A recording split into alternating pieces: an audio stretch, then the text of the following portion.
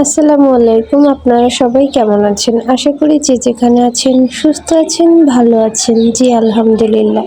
আল্লাহর অশেষ রহমতে আপনাদের দোয়া ও ভালোবাসায় আমরা অনেক ভালো আছি। তো গাইস, আজকে অনেকদিন পরে চলে আসলাম আরেকটি নতুন ব্লগ নিয়ে। আর আজকের এই ব্লগটি স্টার্ট করছি দুপুর থেকে। তো গাইস, আজকে হচ্ছে বাসায় আর কি দুপুরে কি রান্না বান্না করব তা যতটুকু পারবো আপনাদের সাথে শেয়ার করার চেষ্টা করব। আশা করি আপনাদের ভালো লাগবে। আপনারা সবাই ধৈর্য সহকারে আমার এই পুরো ভিডিওটি দেখতে থাকুন। আর আমার এই ভিডিওটি আপনাদের কাছে যদি ভালো লেগে থাকে অবশ্যই সাবস্ক্রাইব করবেন, লাইক কমেন্ট শেয়ার করে আমাদের পাশে থাকবেন, আমাদের সাপোর্ট করবেন, যাতে করে আপনাদের মাঝে নিত্য নতুন ভিডিও নিয়ে আসতে পারি। আর যারা আমার এই চ্যানেলটিকে সাবস্ক্রাইব করেছেন অলরেডি তাদেরকে অসংখ্য ধন্যবাদ। আর যারা এখনও করেননি অবশ্যই আমার এই চ্যানেলটিকে সাবস্ক্রাইব করে নেবেন। তো গাইস, আজকে হচ্ছে অনেক দিন পরে আপনাদের মাঝে আসা, কারণ হচ্ছে আমি শারীরিকভাবে একটু অসুস্থ। তো আপনারা জানেন, এর আগে কিছু ভিডিওতে আমি আর কি দিছি যে আমার শরীরের অবস্থা খুব একটা ভালো নাই।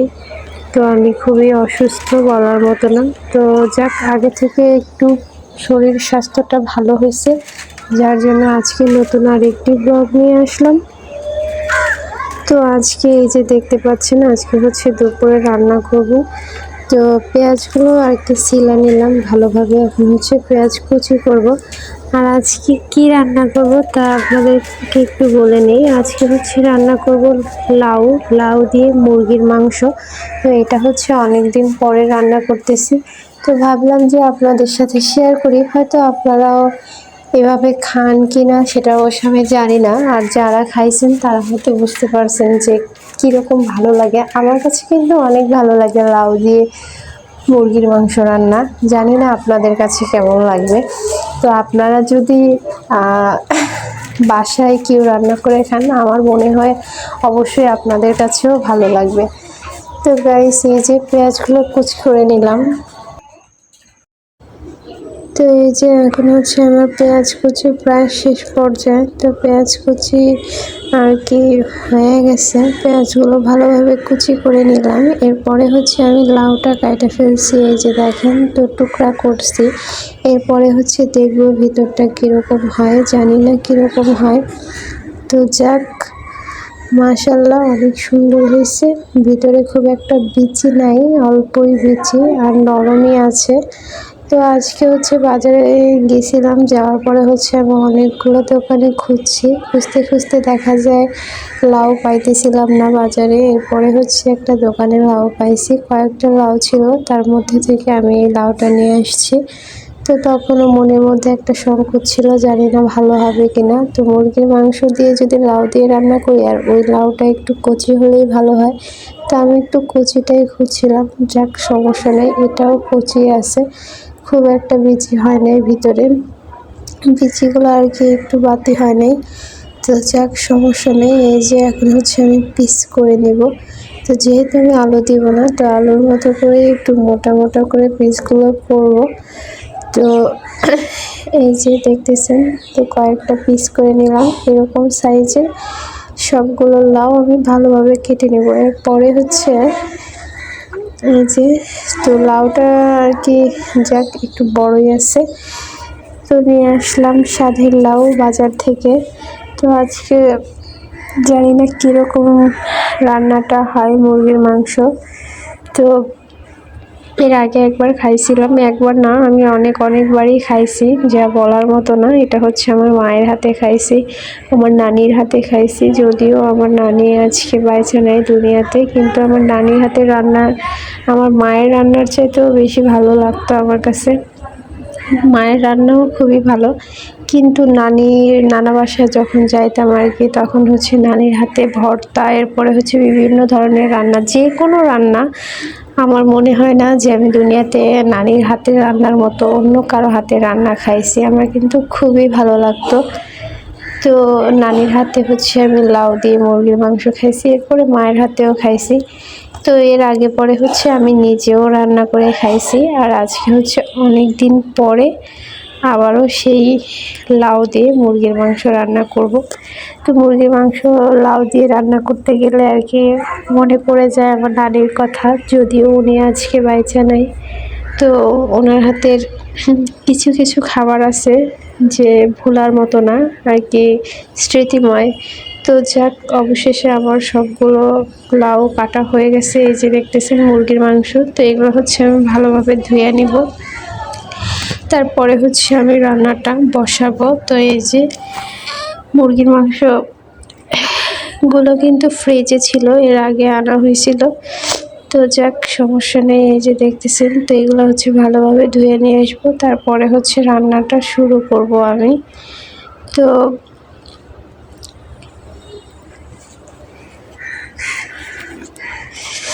এইটা হচ্ছে আজকে ভাইজা রান্না করব। তো ভাইজাও রান্না করি, আবার দেখা যায় অনেক সময় কষাও রান্না করি, কিন্তু আজকে ভাইজা রান্না করব। তো এখন হচ্ছে মশলাগুলো আর কি মাখানো লাগবে মুরগির মাংসের সাথে।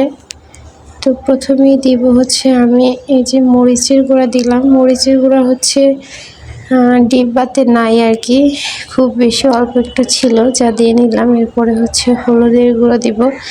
তো এই যে হলুদের গুঁড়ো দিতেছি, হলুদ মরিচ দুইটাই আমার শেষ পর্যায়ে। তো এগুলো হচ্ছে আমার নতুন করে আর কি ঢাইলা নিতে হবে। তো যাক, তারপরে হচ্ছে দিব আমি লবণ। তো লবণ, এরপরে হচ্ছে আদা, সব মশলাই আর কি মাখায় নেব। সুন্দর করে মাখায় কিছু সময় আর কি রাখবো, যাতে করে সব ধরনের মশলাগুলো ভালোভাবে মুরগির মাংসের ভিতরে মিক্স হয়, সুন্দরভাবে মাখানো হয়, যাতে মুরগির মাংসটা ভাজলে আর কি অন্যরকম একটা ঘ্রাণ আসে আর মশলাগুলো ভিতরে যায়, ভালো হয়। তো ভালোভাবে মাখায় নিতেছি। এই যে দেখেন, তো আমার হচ্ছে বাটিতে মুরগির মাংসের যখন তুলছি আর একটু আর কি চাইপা তোলা দরকার ছিল, তাহলে আর কি পানিটা উঠতো না। তো নিচে একটু পানি ছিল, যার জন্য একটু পানিটা বেশি হয়ে গেছে। তো যাক, সমস্যা নাই, মাখায় রাখি। কিছুক্ষণ পরে হচ্ছে আমি এটা ভাইজা নেব।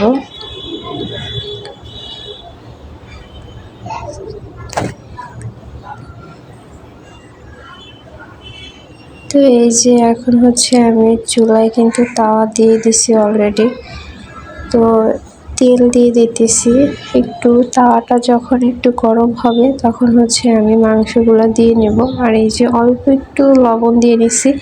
আর এই লবণটা দেওয়ার কারণ হচ্ছে যাতে করে কড়াইয়ের মধ্যে কোনো কিছু না লাগা ধরে, মাংসটা যাতে ভালোভাবে আমি তুলতে পারি। তো যার জন্য হচ্ছে একটু লবণ দিয়ে নিয়েছিলাম। এই যে দেখেন, এখন হচ্ছে আমি মাংসগুলো দিয়ে দিতেছি।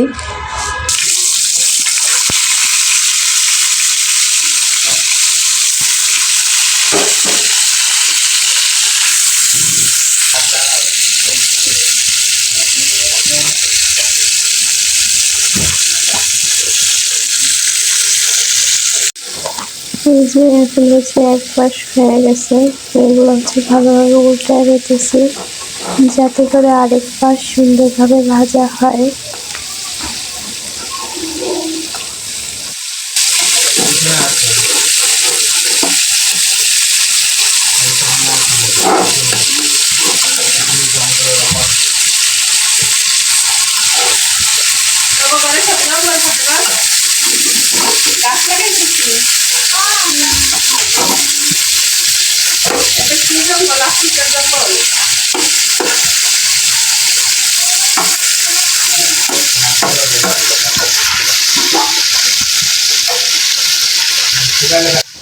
এই যে এখন হচ্ছে আমার মুরগির মাংসগুলো কিন্তু ভাজা হয়ে গেছে।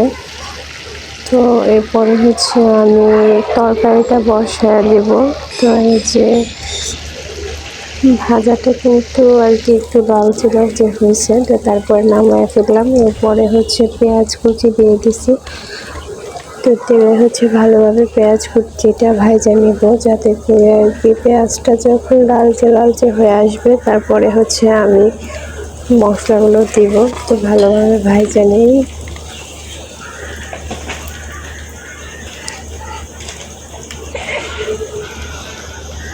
এই যে এখন দিয়ে দিলাম হচ্ছে গরম মশলা, লং, এলাচ। এগুলো যদি তেলে একটু ভাজা নেওয়া হয় তাহলে আর কি ঘ্রাণটা খুব ভালো সুন্দর একটা ঘ্রাণ আসে। তো এরপরে হচ্ছে একটু পানি দিয়ে নিলাম। তো এই যে এটা হচ্ছে হলুদের গুঁড়া, তারপরে হচ্ছে আমি দেব মরিচের গুঁড়া। তো এই যে দেখেন মরিচের গুঁড়া দিয়ে নিলাম।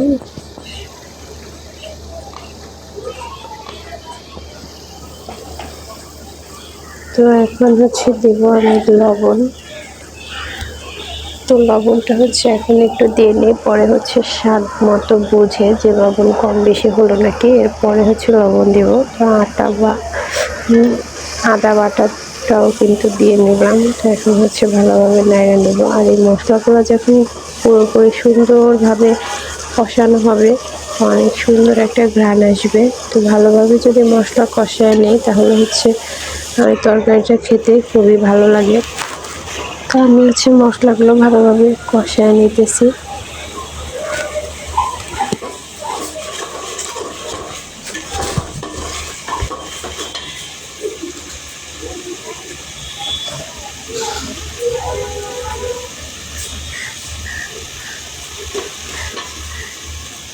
তো এই যে দেখেন আমার কিন্তু মশলাগুলো কষানো হয়ে গেছে। তো এখন হচ্ছে আমি লাউগুলো দিয়ে দিতেছি। তো লাউগুলো কিন্তু আমি সিদ্ধ করে নেই কোনো রকম, এটা হচ্ছে একেবারে নর্মালি আছে। তো এখন হচ্ছে এই মশলাগুলো দিয়ে ভালোভাবে আর কি কষায় নেব। এরপরে হচ্ছে কষানোর মধ্যে আর কি সিদ্ধ হয়ে যাবে আশা করা যায়। তো যাক এখন হচ্ছে দিয়ে দিতেছি। এরপরে হচ্ছে ভালোভাবে নাড়াচাড়া করে সুন্দর করে কষায় নিতে হবে। এই যে দেখতেছেন। তো এখন ঢাইকা দিতে হবে, কারণ হচ্ছে ঢাইকা দিলে কষানোটা একটু ভালোভাবে সুন্দরভাবে হবে। তো এখন আমি হচ্ছে ঢাকনা দিয়ে ঢাইকা দিব। তো ভালোভাবে আগে মিক্স করে নিই সবগুলো লাউয়ের সাথে যাতে মশলাটা মাখে ভালোভাবে।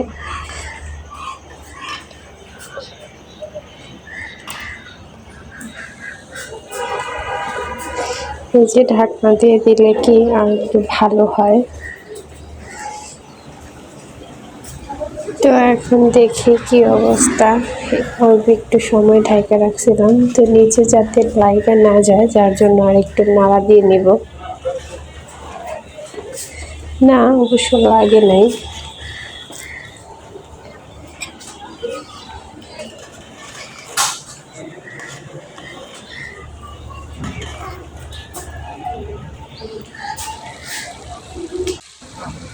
এই যে আমার কিন্তু লাউগুলো কষানো হয়ে গেছে, খুব সুন্দরভাবে কষানো হয়ে গেছে, লাউগুলো সিদ্ধ হয়ে গেছে। তো যাক এখন হচ্ছে আমি দিয়ে দেব ঝোল। তো ঝোল এই যে দেখতেছেন পানি দিয়ে দিতেছি। তো একটু ঝোল রাখবো যার জন্য আর কি পানিটা একটু বেশি করে দিলাম। আর লাউয়ের তরকারি ঝোল থাকলে আর কি ভালো হয়।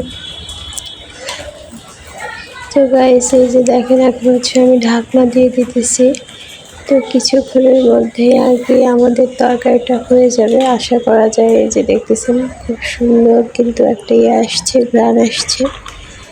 তো এখন হচ্ছে আমি দিয়ে দিব মুরগির মাংসগুলো দিয়ে দিব। তো মুরগির মাংসগুলো হচ্ছে দিয়ে দিলাম। এরপরে হচ্ছে আমি সুন্দর করে একটু নাড়াচাড়া ভিতরে দিকে দিয়ে দিতেছি। তো তারপরে হচ্ছে একটু ঢাকনা দিয়ে দিব যাতে করে ভালোভাবে সব কিছু সুন্দরভাবে হয়ে যায়। আর আরও একটু ঝোল কমানো লাগবে। তো কিছু সময় চুলার জালের উপরে থাকলে হয়তো ভালো হবে। তো গাইস আজকের এই ভিডিওটি এই পর্যন্তই। তো আপনারা সবাই আমার এই ভিডিওটি দেখলেন, আপনাদেরকে অসংখ্য ধন্যবাদ। আর আমার এই ভিডিওতে যদি কোনো ভুল ত্রুটি হয়ে থাকে অবশ্যই ক্ষমার দৃষ্টিতে দেখবেন। আপনাদের সাথে দেখা হবে আগামী দিনে নতুন কোনো ভিডিও নিয়ে। তো গাইস, আপনারা সবাই যে যেখানে আছেন সুস্থ থাকবেন, ভালো থাকবেন। আল্লাহ হাফেজ।